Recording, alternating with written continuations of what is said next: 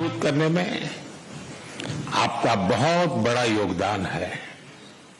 Friends, आज का दिन भारत और पोलैंड के संबंधों में विशेष महत्व रखता है। आज 45 साल के बाद किसी भारतीय प्रधानमंत्री ने पोलैंड का दौरा किया है। मेरे तीसरे कार्यकाल की शुरुआत में ही मुझे यह सौभाग्य मिला है। इस अवसर पर मैं पोलैंड की सरकार और यहां के लोगों का विशेष आभार व्यक्त करता हूं। आपने 2022 में यूक्रेन कॉन्फ्लिक्ट में फंसे हुए भारतीय स्टूडेंट्स को निकालने के लिए जो उदारता दिखाई, उसे हम भारतवासी कभी नहीं भूल सकते।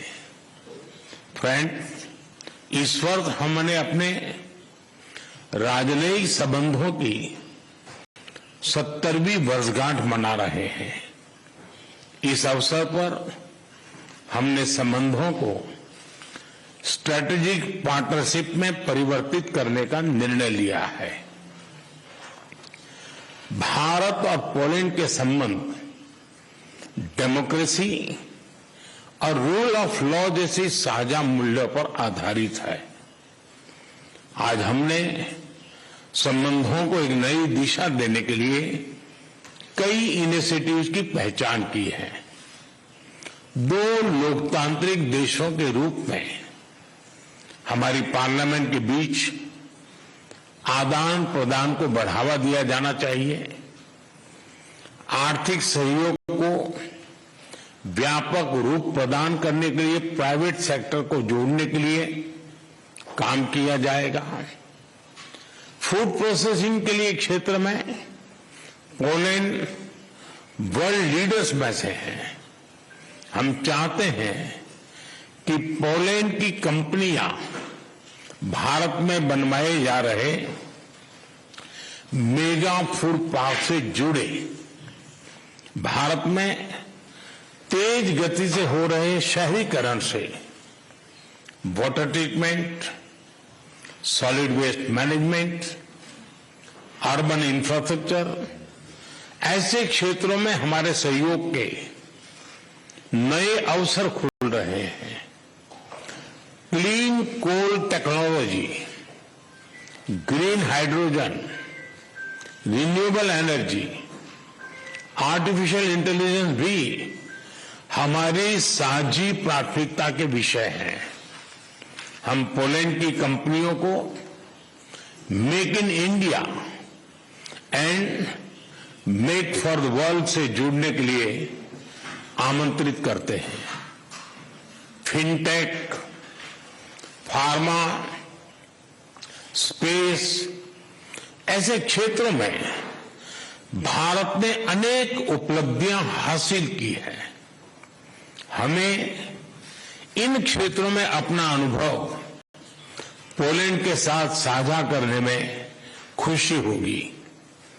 रक्षा के क्षेत्र में करीबी सहयोग हमारे गहरे आपसी विश्वास का प्रतीक है। इस क्षेत्र में आपसी सहयोग को सुदृढ़ बनाया जाएगा। इनोवेशन और टैलेंट हमारे दोनों देशों की युवा शक्ति की पहचान है। स्किल्ड वर्कफोर्स की भलाई के लिए, स्किल्ड वर्कर्स की भलाई के लिए और मोबिलिटी को बढ़ावा देने के लिए दोनों पक्षों के बीच सोशल सिक्योरिटी एग्रीमेंट पर सहमति बनी है। फ्रेंड्स, भारत और पोलैंड अंतर्राष्ट्रीय मंच पर भी करीबी तालमेल के साथ आगे बढ़ रहे हैं। हम दोनों सहमत हैं कि वैश्विक चुनौतियों का सामना करने के लिए संयुक्त राष्ट्र संघ तथा अंतर्राष्ट्रीय संस्थानों में रिफॉर्म वर्तमान समय की मांग है। आतंकवाद हमारे लिए एक बड़ी चुनौती है। मानवता में विश्वास रखने वाले भारत और पोलैंड जैसे देश ऐसे और अधिक सहयोग आवश्यक है। उसी तरह क्लाइमेट चेंज हमारे लिए साझा प्राथमिकता का विषय है। हम दोनों अपनी क्षमताओं को जोड़कर ग्रीन फ्यूचर के लिए काम करेंगे। जनवरी 2025 में पोलैंड यूरोपियन यूनियन की अध्यक्षता संभालेगा। मुझे विश्वास है कि आपके सहयोग से भारत और ईयू के संबंधों को बल मिलेगा। फ्रेंड, यूक्रेन और पश्चिम एशिया में चल रहे संघर्ष हम सभी के लिए गहरी चिंता का विषय है। भारत का यह दृढ़ विश्वास है कि किसी भी समस्या का समाधान रणभूमि में नहीं हो सकता। किसी भी संकट में मासूम लोगों की जान की हानि पूरी मानवता के लिए सबसे बड़ी चुनौती बन गई है। हम शांति और स्थिरता की जल्द से जल्द बहाली के लिए डायलॉग और डिप्लोमेसी का समर्थन करते हैं। इसके लिए भारत अपने मित्र देशों के साथ मिलकर हर संभव सहयोग देने के लिए तैयार है। फ्रेंड्स, पोलैंड में इंडोलॉजी और संस्कृत का बहुत पुराना और समृद्ध ट्रेडिशन रहा है। भारतीय सभ्यता और भाषाओं में गहरी रुचि से हमारे संबंधों की मजबूत नींव रखी गई है। हमारे गहरे पीपल टू पीपल टाइज का एक प्रत्यक्ष और जीवंत उदाहरण कल मैंने देखा।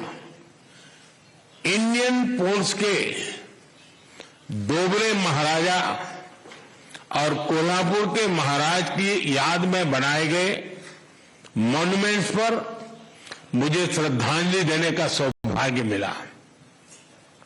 मुझे खुशी है कि आज भी पोलैंड के लोग उनके परोपकार और उदारता का सम्मान करते हैं।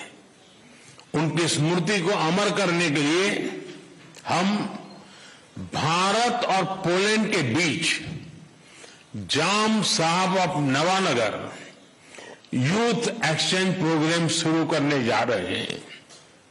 हर वर्ष पोलैंड के 20 युवाओं को भारत यात्रा पर लेकर जाया जाएगा।